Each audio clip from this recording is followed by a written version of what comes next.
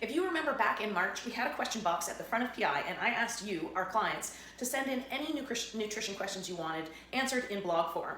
Since then, we've covered things like fueling for tennis, postmenopausal weight gain strategies, chickpea shelf life, creatine for postmenopausal women, and plant-based protein sources. One question I haven't yet tackled was, what is my opinion on GLP-1 medications? So let's get into it. A quick disclaimer, this is purely an opinion piece. I am not a medical expert on GLP-1 medications, nor will I pretend to be. My perspective comes from podcasts and articles I've consumed, conversations, and secondhand client experiences, my background in psychology, physiology, and coaching, and over 20 years working in the health and fitness space. And I want to be really clear about something up front. GLP-1 medications are not in the same categories, things like collagen or creatine that I've talked about in the past. Those supplements, while sometimes helpful, generally don't require medical supervision unless they are for people with pre-existing conditions. GLP-1 medications, on the other hand, absolutely do require medical supervision.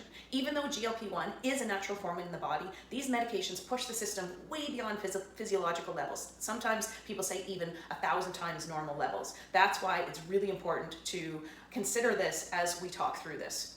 My initial thoughts. When GLP medications like Ozempic, Wegovy, and Mounjaro first came out, I was pretty skeptical. At the same time, the risks seemed significant. Nausea, digestive discomfort, diarrhea, muscle loss, bone density concerns, and my initial thought was, this is a lot, and not necessarily something I'd like to get behind. But my view has evolved, and over time, my understanding has shifted. Under proper medical supervision and with individualized dosing, many of the side effects can be better managed. GLP-1s may make sense. There is a specific group where my perspective has definitely softened. For people who have constantly tried to lose weight using reasonable strategies, those who understand what they should be doing but struggle with constant hunger or food noise, and are metabolically unhealthy or dealing with joint pain that limits movement, for these individuals, GLP-1s may reduce the food noise, thus improving adherence to healthy habits, reducing joint discomfort to allow enough exercise so that they can really benefit. For that group, I think these medications could be a meaningful tool. We'll have concerns. We need to talk about why many people stop these medications. Costs can be high, side effects can be challenging, and weight loss doesn't happen the same way for everyone. Some people respond very well, others see minimal change. And importantly, if the medication is stopped without lifestyle change, weight regain is common. Who I would not recommend GLP-1s for.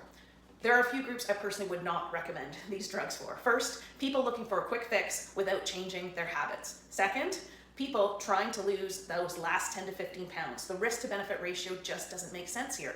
Third, and this is a big one for me, athletes or youth in sport. Because GLP-1s reduce appetite, they can unintentionally create low energy availability, and that leads to poor recovery, hormonal disruption, injury risk, and definitely performance decline. As a parent of 2 kids in weight-related sports, gymnastics, and high-level karate, and the fact that we work with many high-level figure skaters, this is something I take very seriously, especially with young athletes. My final thoughts. GLP-1 medications are not good or bad. They are a tool, but they are a medical tool, not a lifestyle shortcut or supplement. And the foundation still matters. Strength training, protein intake, whole food nutrition, and consistency. That does not change. Whether you're someone who might be a candidate for GLP-1 medications or someone who knows this isn't the right path for you, the fundamentals are still the same. If your goal is fat loss, muscle gain, better health, or simply feeling better in your body, with or without medication, the foundation is consistent strength training, high protein, high fiber, nutrient-dense nutrition, and sustainable habits you can manage long-term. And that's exactly what we help with at PI. If you're unsure of where to start or want help building a plan that actually works for your life, book your training or nutrition assessment with us today.